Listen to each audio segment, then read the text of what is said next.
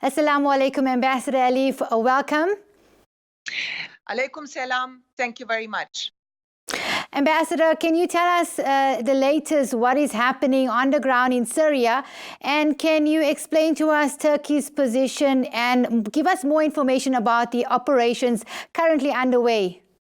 Thank you. Yes, Turkey has launched a military operation in northern Syria, which is codenamed Operation Spring Peace, since the 9th of October.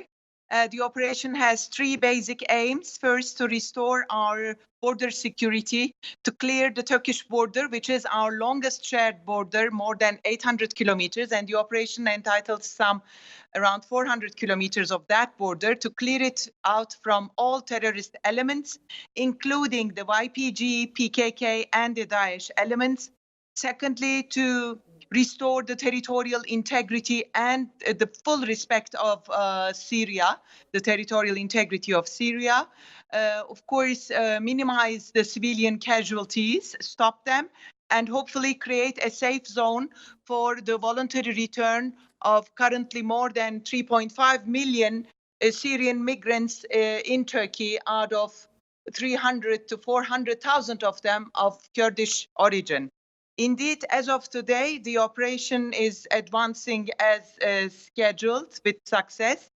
The town centers of Ras El Ain and Tel Abyad are now currently under control, and the 42 adjacent settlements to those areas.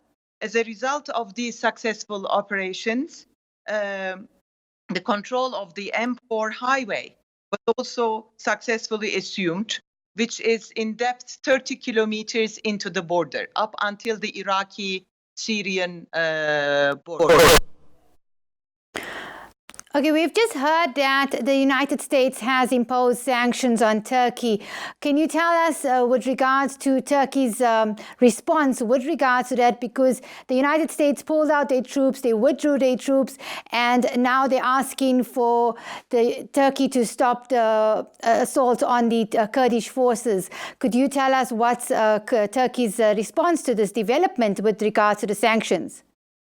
Indeed, it is very unfortunate coming from an ally, and after so long discussions with our American allies, the process of imposing sanctions to Turkey, which is the only nation that currently put its boots on the ground against the fight against Daesh and other terrorist elements in that part. It's very unfair. It's very unfortunate that we are being criticized instead of being appreciated, especially the Turkish military forces, for what they have been doing there.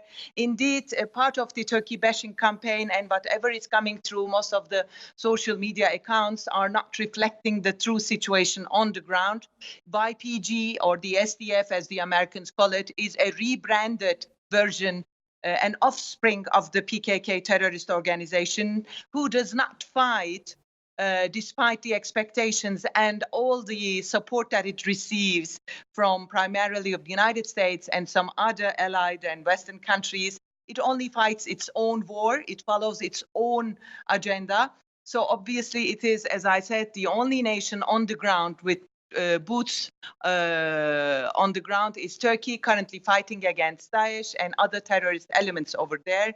So we find the declaration of the sanctions coming a very narrow-minded policy, and we look forward for further dialogue with our American allies. There is going to be the meeting of our leaders scheduled for the 13th of November next month.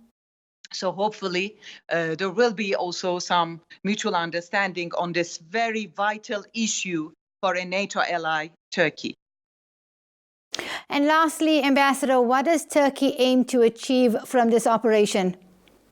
As I also said before, the ultimate aim of the Turkish people, the Turkish government, and the Turkish military currently operating successfully in the region is to have a restricted, a very precise operation that only targets the terrorist elements and minimize the civilian casualties, create border security and security in the limited band that is foreseen which would then enable those Syrian migrants currently living in Turkey, far away from their homelands, to repatriate, to return to their lands. Turkey strictly recognizes the political unity and the territorial integrity of Syria. So the ultimate goal is to have a short, precise operation that will clear the borderline from the terrorist elements and enable a civilian life as soon as possible.